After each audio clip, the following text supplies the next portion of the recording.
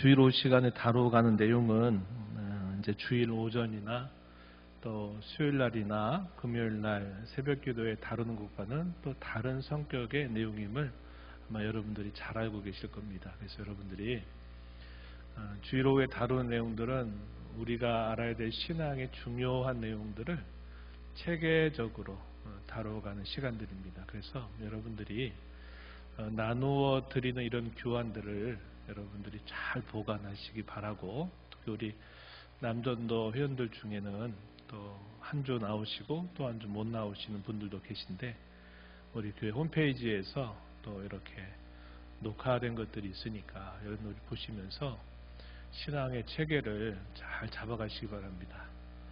또 여러분들 중에는 뭐 이 나이에 제가 그거에서 뭐 하려고요, 또 그렇게 생각하실지 모르지만, 하나님을 우리가 깊이 알아가기 위해서는 이런 내용들이 든든히 서 있으면 성경을 읽을 때 그 뜻이 뭔가가 이렇게 선명하게 들어오게 됩니다. 그래서 여러분들이 주일 오후에 다루는 이런 내용들 소중하게 여기고, 나눠드리는 교환들도 잘 보관하고, 혹여나 이렇게 듣지 못하신 분들은 우리 홈페이지 영상이 계속 있으니까 보셔서 여러분의 신앙을 잘 다져가면서 주님이 내 삶의 곁에 가까이에서 함께 하시고 역사하고 계시다는 사실들을 경험하면서 살아가는 그런 신앙의 복이 있기를 다시 한번 축원드리겠습니다.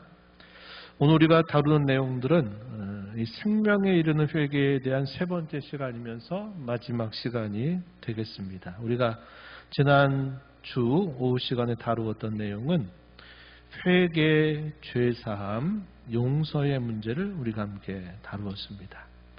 가장 핵심적인 내용은 뭐냐면, 죄의 용서는 우리가 회개하면 그 회개가 근거가 돼서 용서받는 게 아니라, 죄의 용서는 근본적으로 하나님이 주시는 은혜이자 선물이다 하는 것을 우리가 살펴봤습니다.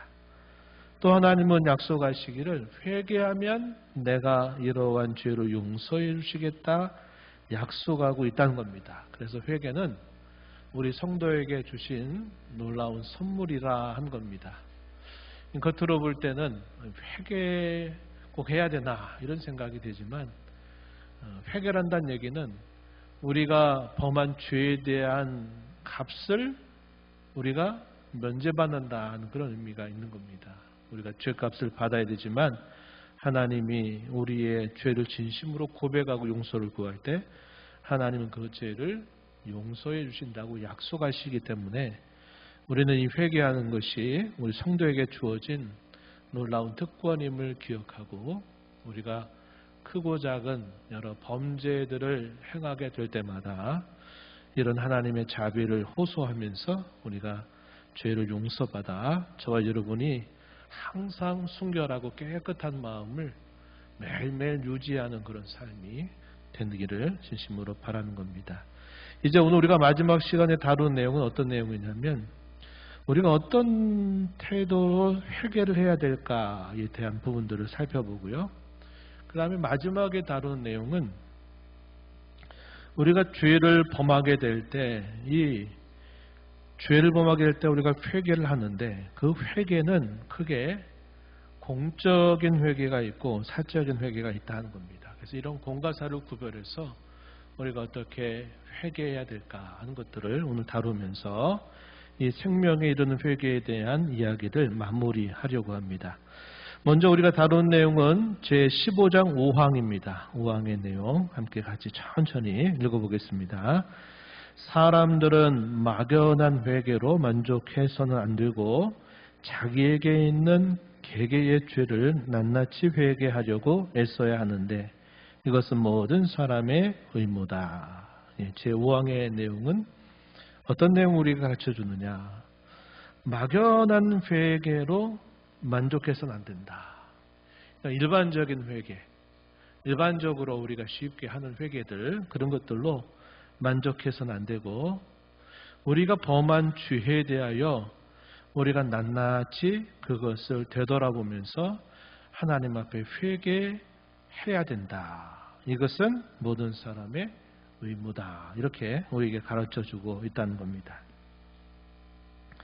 다르게 말하면요, 이 회개는 진실하고 철저하게 이루어져야 된다 하는 겁니다.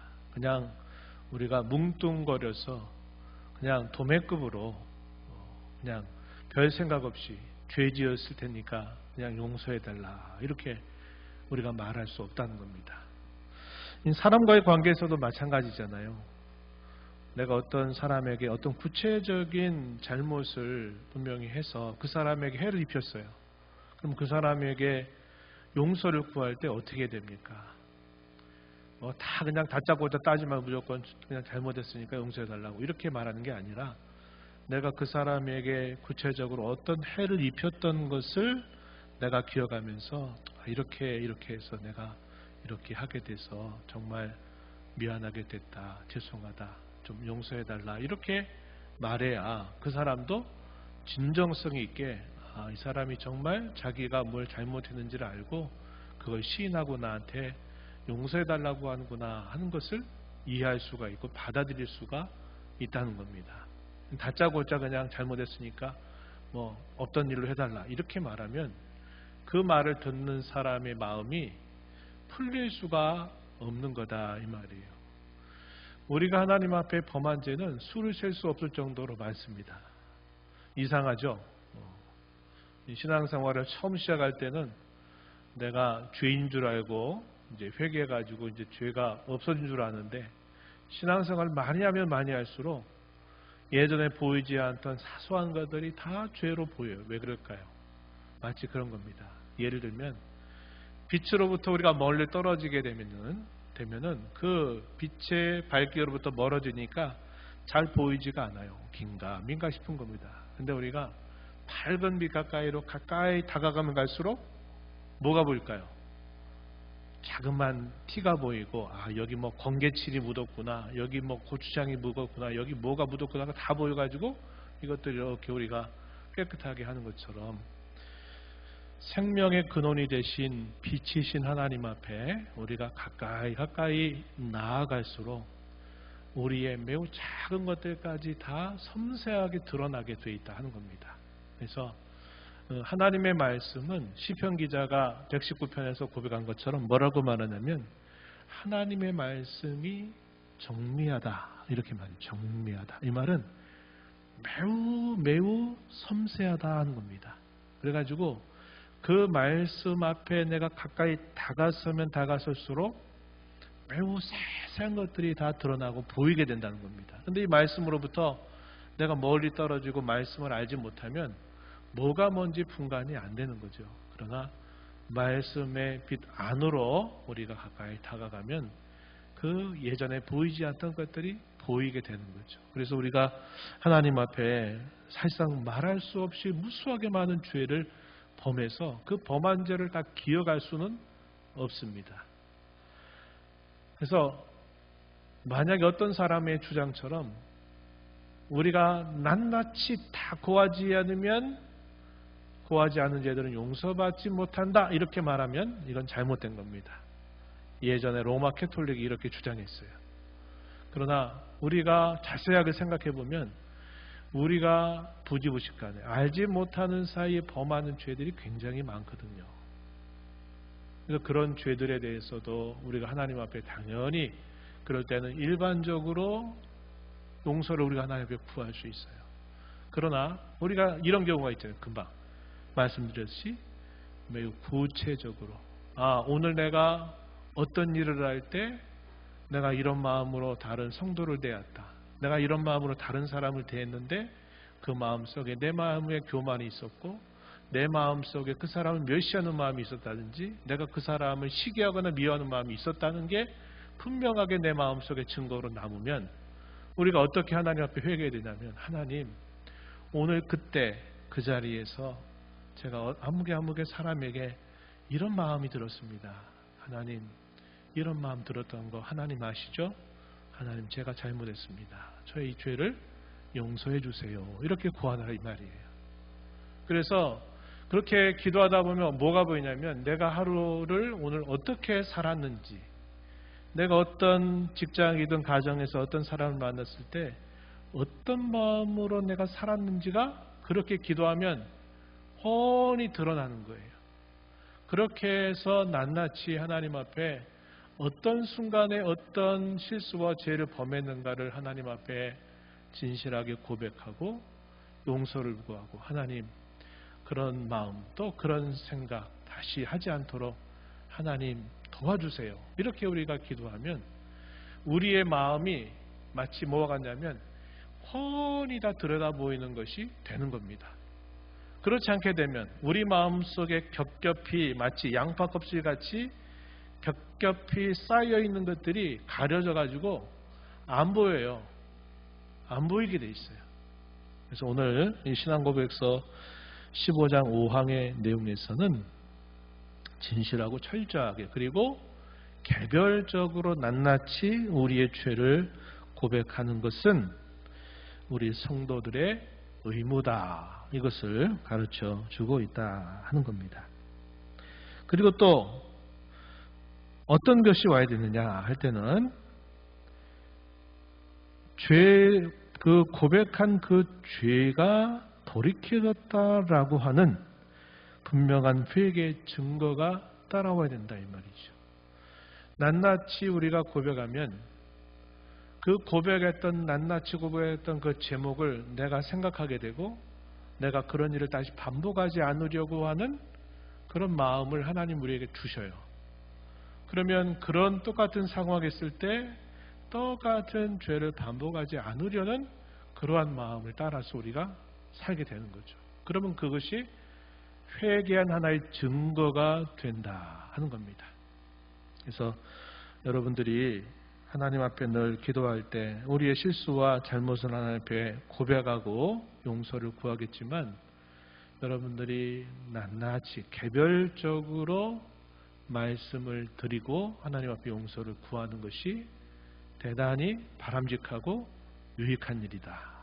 여러분들이 이렇게 아셔야 합니다. 그래서 제가 늘 얘기하지만 기도는 뭉뚱그려서 여기 표현한 것처럼 막연하게 회개하는 거 아닙니다. 그렇게 회개하는 것은 입술로는 회개지만 실상은 회개라고 말할 수 없는 것이 되는 거예요. 그래서 여러분 그것을 꼭 기억하시면 좋겠습니다.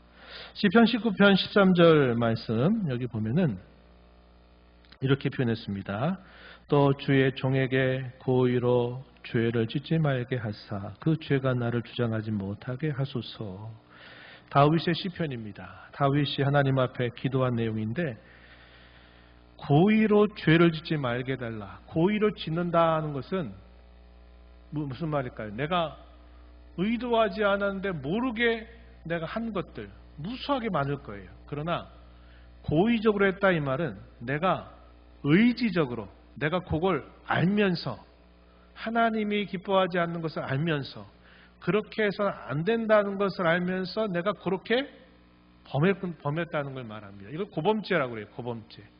여기에는 개별적인 그 무엇인가가 있다 이 말이에요. 다윗이 하나님 앞에 자신의 죄를 회개하면서 용서를 구할 때 이 고의적인 죄, 이것은 자기가 알고 있는 죄입니다. 이런 죄를 다시 짓지 말게 해달라. 그 죄가 나를 주장하지 못하게 해달라고 기도하는 겁니다. 죄라고 하는 것이 일종의 마치 유기체 같은 성격이 있다 하는 것을 우리는 기억할 필요가 있어요. 그래서 야고보서에서도 말하잖아요. 욕심이 자라면 죄를 낳고 죄가 자라면 뭘 낳는다? 사망을 낳는다. 그렇게 표현했습니다. 그래서 이 죄라고 하는 게 가만히 다스리지 않으면 이 죄가 활개를 치게 돼 있어요. 그래서 이 죄는 싹을 잘라버려야 됩니다. 계속 싹을 잘라야 돼요. 이 죄가 계속 반복적으로 되잖아요. 그러면 제가 낮 시간에도 기도했지만 어떤 일이 따라오냐면 습관을 만들어버려요. 죄 짓는 습관. 악한 습관들이 우리의 몸에 배어버린단 말이에요. 그러면 어떻게 되느냐? 그 순간 그 상황만 되면 그 악한 습관이 작동해가지고 딱 나도 모르는 사이에 그 죄라고 하는 무엇인가가 탁 나오게 돼 있어요. 마치 뭐처럼 어떤 기계에 톱니들이 꽉꽉 서로 이렇게 딱 맞춰가지고 이게 딱 그 순간이 딱 돼버리면 톱니바퀴가 돌아가서 싹 돌아가지고 결국 어떤 결과가 떡 나오는 거예요.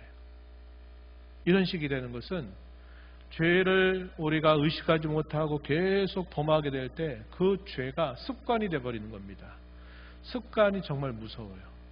이 습관의 힘이라고 하는 책이 몇 년 전에 나와서 베스트셀러가 되기도 했는데, 이 습관이 왜 무서우냐면 우리 신자들 같은 경우도 내가 무언가를 해야 되겠다, 내가 뭔가를 고쳐야 되겠다, 이걸 좀 해보려고 계획을 세우잖아요. 근데 그렇게 계획을 세워도 왜 그 계획이 하루도 못 가고 작심삼일이라고 하는 말이 있듯이 3일 지나면 다시 옛날로 돌아가 버리느냐. 그것은 습관이 그렇게 배어 있는 것이 되어 있기 때문에, 이 습관은 우리의 의지, 우리의 생각, 우리의 결정보다도 더 강력해요.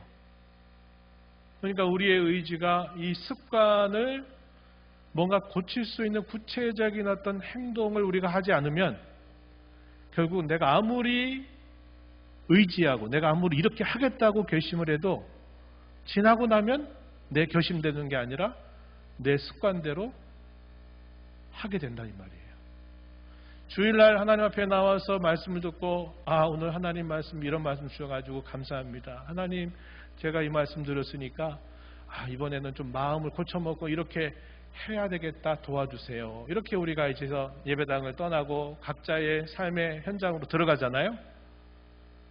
근데 하루가 지나고 이틀이 지나고 한 주간 지나가지고 돌아보면 또 어떤 모습이 나오느냐? 또 똑같은 모습 가지고 하나님 앞에 나와요. 그 왜 그럴까요? 습관이 안 고쳐지기 때문에 그래요.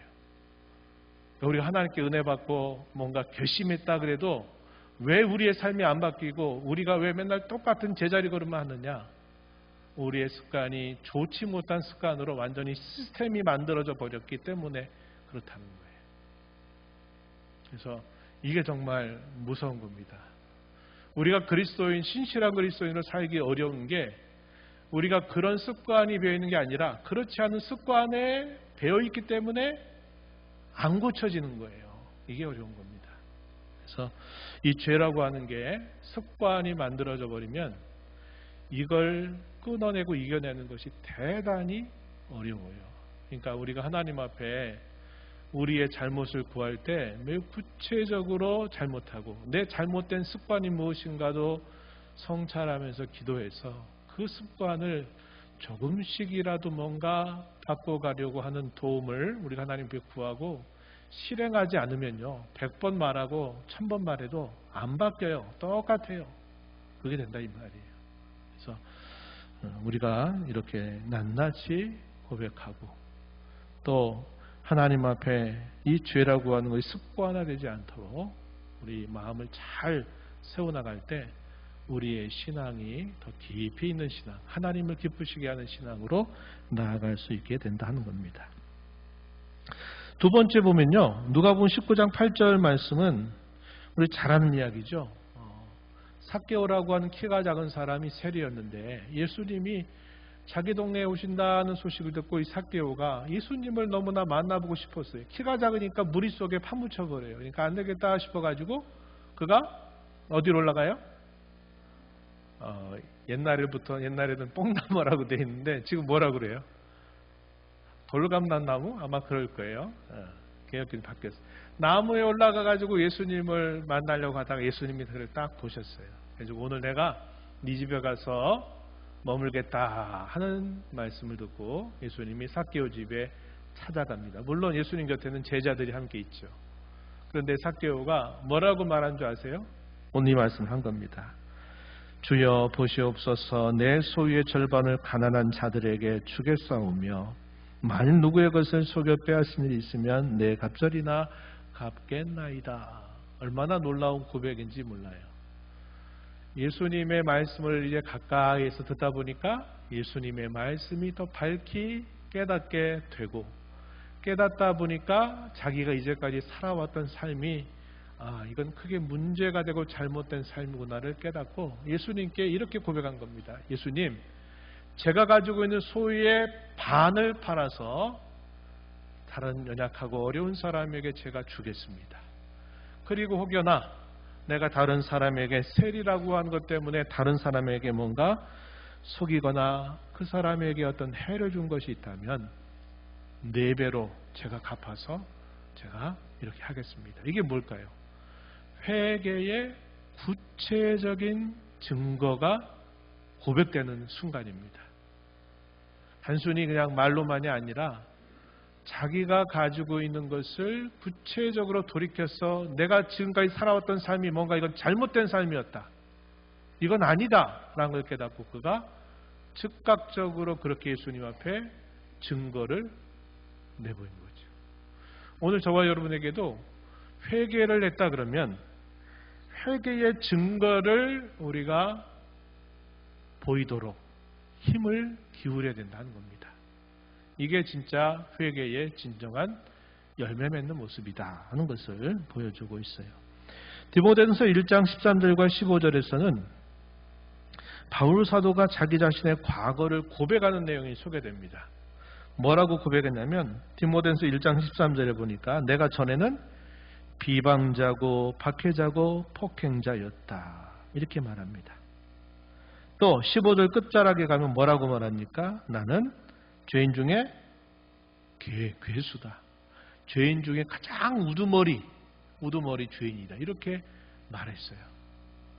그가 굳이 이렇게 말할 필요가 뭐가 있을까요? 그런데 그는 자신은 옛적에 주님을 알지 못했던 때는 크게 하나님을 위한 열심이다 생각하고 정말 다른 동료들보다도 열심히 해서 이 나사렛 예수 이단을 따른 사람들을 괴멸해야 되겠다 이런 마음을 갖고 그렇게 열심히 했는데 나중에 예수님 만나고 보니까 그게 하나님을 위한 게 아니라 하나님의 교회를 해치는 데 가장 앞장섰던 일이었다는 사실을 그가 깨닫게 된 겁니다. 그래가지고 한 번 말하는 게 아니에요. 나는 비방자였고 나는 박해자였고 나는 폭행자고 나는 죄인 중에 괴수였다 이렇게 말하는 겁니다. 이거 무슨 말이냐면 구체적으로 어떤 면에서 그가 비방자 노릇을 하고 또 어떤 면에서 그가 교회를 박해했는지 그가 또 어떤 면에서 폭행을 한 죄인이 되었는지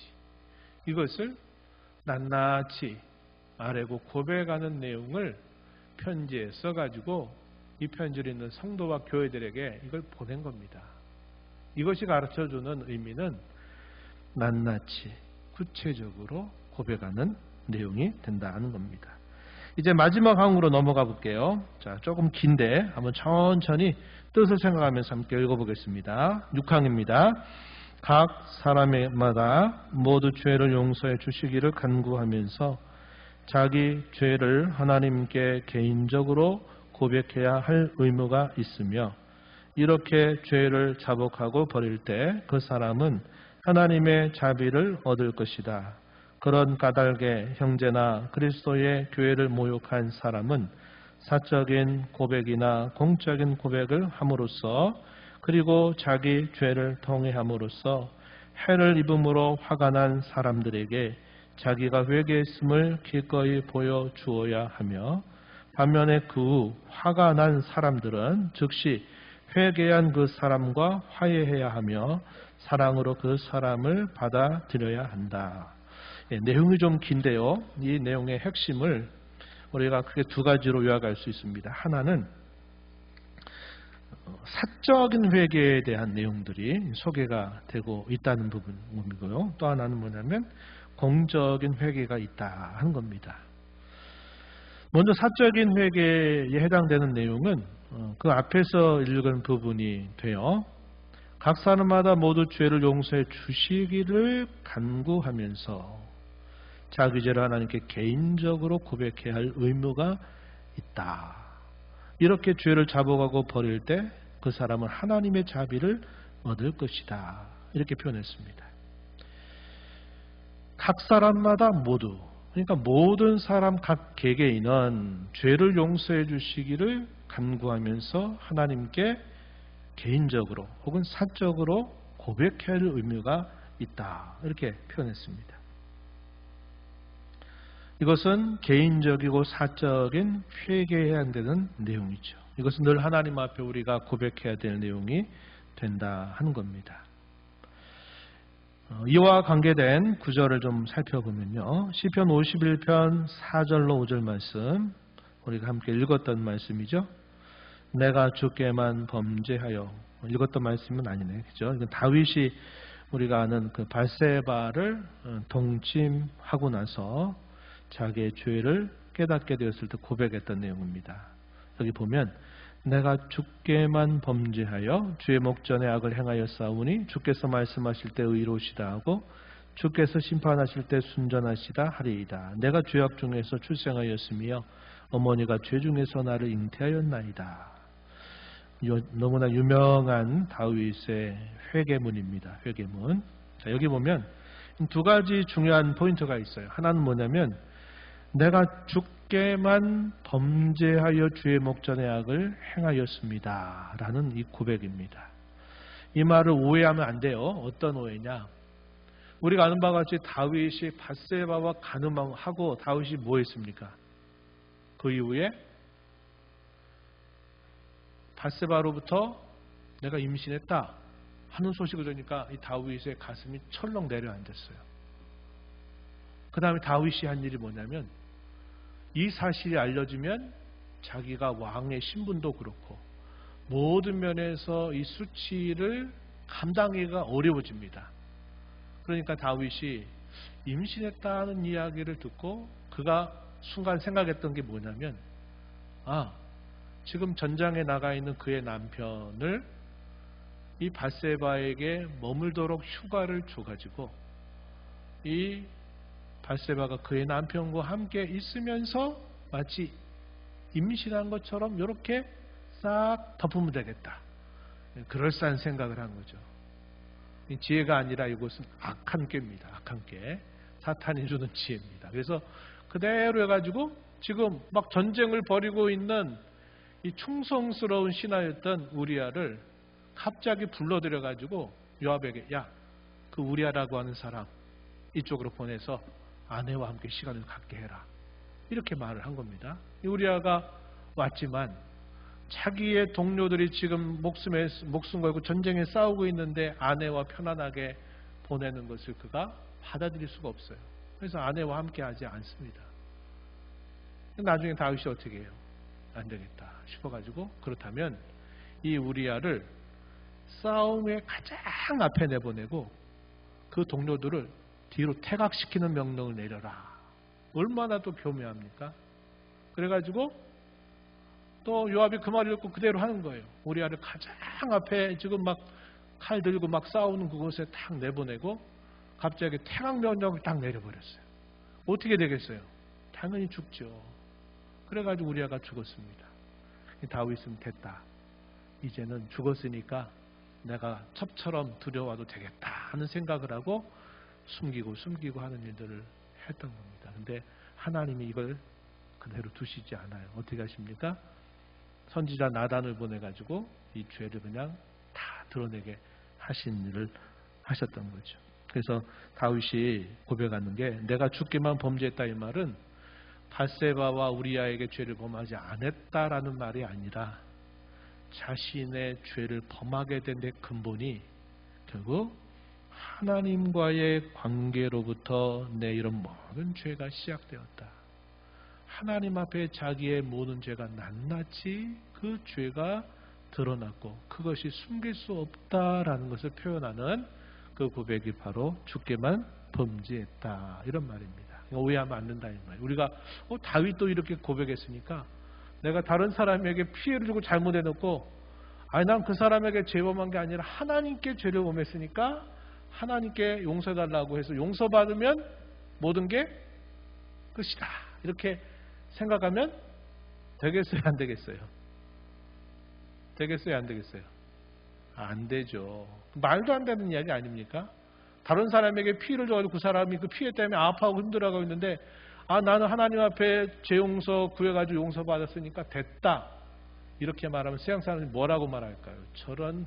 저러니까 그러면서 기독교를 막 하대할 겁니다. 그렇지 않아요. 그래서 그런 표현이 아니다 여러분들이 이해하시고 또 하나 중요한 포인트는 뭐냐면 5절입니다. 5절 내가 죄악 중에 출생하였으며 어머니가 죄 중에 나를 잉태했나이다.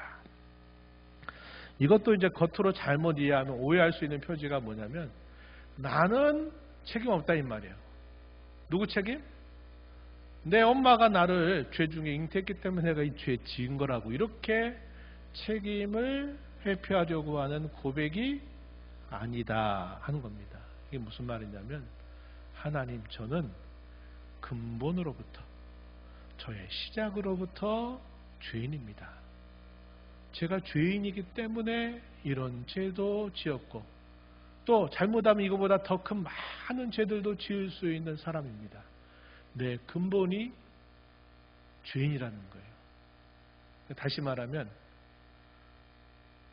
어느 날 갑자기 옥상을 배하는데 옥상에서 아름답게 목욕하는 여인을 하필이면 그때 봐가지고 순간 눈이 이렇게 휙 해가지고 그 밧세바를 내가 데려오게 한 것이 큰 실수였다. 이렇게 정도 말하는 게 아니라 자기의 근본이 죄악 덩어리와 같은 존재다. 그래서 옛날 우리 신앙의 선배들은 뭐라고 표현했느냐? 죄의 덩어리란 말을 사용했어요. 라틴어로 마사 꼬르르티우스 이렇게 부르거든요. 이 말이 나는 죄의 덩어리입니다. 죄악 덩어리라고 고백하는 거예요. 그렇기 때문에 얼마든지 다른 무수한 죄를 범할 수 있는 죄인이라고 고백하는 거예요. 그래서 이 다윗의 고백을 우리가 잘못 오해를 하면 엉뚱한 생각을 하기 쉬운데 그런 의미가 아니다 하는 겁니다. 잠언 28장 13절 말씀으로 내려가서 보시면은 이렇게 말씀합니다. 자기의 죄를 숨기는 자는 형통하지 못하나 죄를 자복하고 버리는 자는 불쌍히 여김을 받으리라. 숨기는 자는 형통하지 못할 것이다. 죄가 계속 더 큰 죄를 낳기 때문에 그래요. 그러나 죄를 자복하고 그 죄를 버리는 자는 하나님께 불쌍히 여김을 받게 된다. 이렇게 말합니다. 우리에게 또 놀라운 약속이 있죠. 요한일서 1장 9절입니다. 참 유명한 구절이에요. 함께 읽어보겠습니다. 만일 우리가 우리 죄를 자백하면 그는 미쁘시고 이로우사 우리 죄를 사하시며 우리를 모든 불의에서 깨끗하게 하실 것이요. 아멘. 우리가 진정으로 죄를 하나님 앞에 자백하면 하나님은 우리의 죄를 용서하시고 우리를 깨끗하게 해주신다 하는 놀라운 약속을 하나님이 주셨다 하는 겁니다. 이제 두 번째 요점, 공적인 회개에 대한 부분 한번 다시 보십시오. 형제나 그리스도의 교회를 모욕한 사람은 사적인 고백이나 공적인 고백을 해야 된다. 이렇게 표현했습니다. 자, 이게 무슨 말이냐면 지금 옆에 있는 성도한테 다른 사람이 모르고 내가 옆에 있는 성도에게 내가 뭔가 잘못을 했어요. 잘못을 했습니다. 그럼 어떻게 해야 될까요?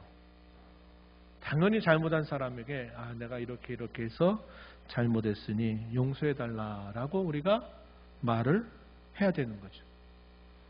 이렇게 할 필요가 없어요. 내가 예를 들어서 옆 사람이 다른 성도에게 잘못했는데 그 잘못한 걸 가지고 이 사람이 나한테 말이야 이렇게 했다고 해가지고 교회라고 하는 공동체 전체에게 이 사람이 나한테 이렇게 잘못했단 말이야 이렇게 말하면 안 된다 이 말이에요. 이런 식으로 하면 안 된다 이 말이에요. 그건 사적으로 해결해야 되는 문제가 된다 하는 겁니다. 이걸 사적으로 말하는 거예요. 근데 이런 경우도 있어요. 모든 교회 성도들이 다 보는 자리에서 명백하게 어떤 잘못을 내가 했어요. 그러면 그걸 어떻게 해야 되느냐는 거예요. 그건 개인에게 한 게 아니라 교회라고 하는 공동체 전체에 공적으로 잘못한 겁니다. 그럴 때 회개하는 방법은 어떤 방법이냐? 내가 공동체 전체에 내가 이러이러한 내가 실수와 잘못을 했습니다. 나를 좀 용서해 주세요. 그래서 이것을 공적으로 고백하고 공적으로 이 죄를 처리해야만 된다 하는 겁니다. 이해가 되시죠? 그래서 사적으로 할 것과 공적으로 해야 될 것들을 분명히 구별하고 있다 하는 겁니다. 그리고 그러한 잘못을 말했을 때는 그것으로부터 돌이키는 분명한 증거가 당연히 있어야 되는 것이고 또 반면에 받는 입장에서 어떻게 해야 되느냐. 금방 제가 얘기했듯이 옆에 있는 사람이 나한테 어떤 잘못한 것을 내가 들었어요. 그러면은 그 잘못한 것을 내가 사적으로 용서해 줘야죠. 잘못했다고 용서해달라고 내가 손을 이렇게 내밀 때 그 사람은 어떻게 해줘야 되느냐? 따뜻하게 그 손을 잡아줘야 된다는 거예요. 제가 재직 세미나 할 때 항상 하는 얘기입니다. 잘못했을 때는 잘못했다고 말할 수 있는 용기가 있어야 된다. 그러면 그 받는 사람은 어떻게 되느냐? 그 손을 따뜻하게 잡아줘야 된다. 화의 손을 잡아주고 화의 손을 내밀 수 있어야 된다는 거예요. 이게 필요하다는 거예요. 공적으로 했을 때 어떻게 되느냐? 공적으로 그런 부분들에게 그런 부분에서 용서를 구하고 공적으로 그 부분을 역시 교회가 그럴 수 있죠. 그 잘못한 사람의 그 잘못을 인정할 때 그것을 언제든지 받아주고 그 사람에게 그리스도께로 받는 그 사랑을 내가 함께 나눌 수 있어야 된다 이 말이에요. 그래서 여기서 말하고 있는 그 말의 의미가 그것입니다. 자, 여기 뒷부분에 한번 보세요. 해를 입음으로 화가 난 사람들에게 자기가 회개했음을 기꺼이 보여주어야 하며 반면에 그 화가 난 사람들은 즉시 회개한 그 사람과 화해해야 하며 사랑으로 그 사람을 받아들여야 한다. 이렇게 말합니다. 교회에 이러한 명백한 질서들이 있다는 거예요. 이런 질서들을 무시하고 무작정 교회는 사랑 아니냐 사랑. 그래서 무작정 하나님의 사랑으로 다 덮어줘야 된다 이렇게 말하면 그건 잘못된 거다 이 말이에요. 잘못된 거다. 그런 문제들은 공적으로 혹은 사적으로 올바르게 처리하는 것이 중요하다 하는 것 우리가 이걸 통해서 꼭 배우게 됩니다. 야고보서 5장 16절 말씀도 역시 많이 오해되고 있는 구절 중에 하나입니다. 한번 말씀 보세요. 5장 16절에 보면 그러므로 너희 죄를 서로 고백하며 병이 낫기를 위하여 서로 기도하라. 의인의 간구는 역사하는 힘이 큼이니라. 앞부분입니다. 너희 죄를 서로 고백해라. 이렇게 말하니까 어떤 사람은 이걸 가지고 그대로 받아들여 가지고 죄를 자기가 지은 것을 실제적으로 성도나 다른 사람에게 내가 실제로 해를 입힌 게 아님에도 불구하고 내가 이런 죄를 지었다고 그것을 이렇게 다른 사람에게 알리는 그런 일을 하는 사람이 있어요. 옛날에 예수전도협회라고 하는 그 단체가 있어요. 전도하는 단체인데 이 전도하는 단체에서 꼭 강조했던 게 그겁니다. 당신이 범한 죄는 공적으로 고백할 때 그 죄가 완전히 처리된다. 이런 식으로 가르쳤어요. 근거 구절이 어디라고요? 야고보서 5장 16절에 이렇게 말했다. 서로 죄를 고하라고 했다. 그래가지고 심지어 어떤 분은 어떤 죄를 고백했냐면 부끄러운 얘기지만 선교사로 나갔는데 여자 선교사인데 자신이 선교사임에도 불구하고 자신이 어떤 때 성적으로 범한 죄가 있었어요. 과거에 있었던 일입니다. 그것을 성도 앞에서 내가 범했던 죄를 성도들 앞에 고백해야 될 것 같아요. 하나님이 그 마음을 주셨어요 해가지고 성도들이 모여있는 자리에 그 후원하는 선교사님이 한국에 들어와가지고 하는데 그 얘기를 하려고 하는 거예요. 그때 이제 목사님이 하지 마라. 하면 안 된다 그랬더니 그 선교사님이 뭐라 그러냐면 하나님이 그 마음을 주셔가지고 안 하면 안 되겠다 그러더니 그 자리에 성도들 앞에 내가 과거에 이러이런 죄를 지었어요. 이렇게 그거를 공적으로 말한 거예요. 어떻게 될까요? 그럴 수 있죠. 뭐 성도들이 말은 그렇게 할 수 있죠. 근데 뭐 어떤 생각이 남아요? 아니 선교사님이 뭐 과거에 그런 죄를 지었단 말 이게 머릿속에 남아요. 야고보서 5장 16절에서 말하는 그 서로에게 죄를 구하라고 하는 말은 금방 이야기했던 그 의미예요. 내가 다른 사람에게 잘못했을 때 잘못했다고 그 사람에게 직접 용서를 구하는 거예요. 물론 당연히 뭘 먼저 해야 될까요? 하나님 앞에 모든 죄는 하나님 앞에 범한 죄이기 때문에 하나님 앞에 고백하고 그 사람에게 잘못한 것은 그 사람에게도 내가 정말 잘못했으니 용서해달라고 이렇게 해야 된다 이 말이에요. 그리고 그것이 아까 공적으로 드러났으면 그 공적으로 드러난 성도가 다 알고 있는데 죄를 안 지은 것처럼 쉬쉬하고 넘어가서는 안 된다는 거죠. 이걸 말하는 거지. 자기가 범했던 그런 과거의 죄들을 알지도 못하는 성도들 앞에 나 과거 이런 죄 지었다고 이렇게 말하라는 뜻이 아니다. 오해하지 마시라. 이런 말입니다. 이해가 되죠? 마지막 절 한번 보세요. 고린도후서 2장 8절. 우리가 수요일마다 고린도후서 강해를 통해서 보고 있는데 이 문맥이 뭐냐면 너희를 권하노니 사랑을 그들에게 나타내라. 이 말은 바울 사도가 소위 엄격한 권징의 편지를 써가지고 고린도 교회에 보냈어요.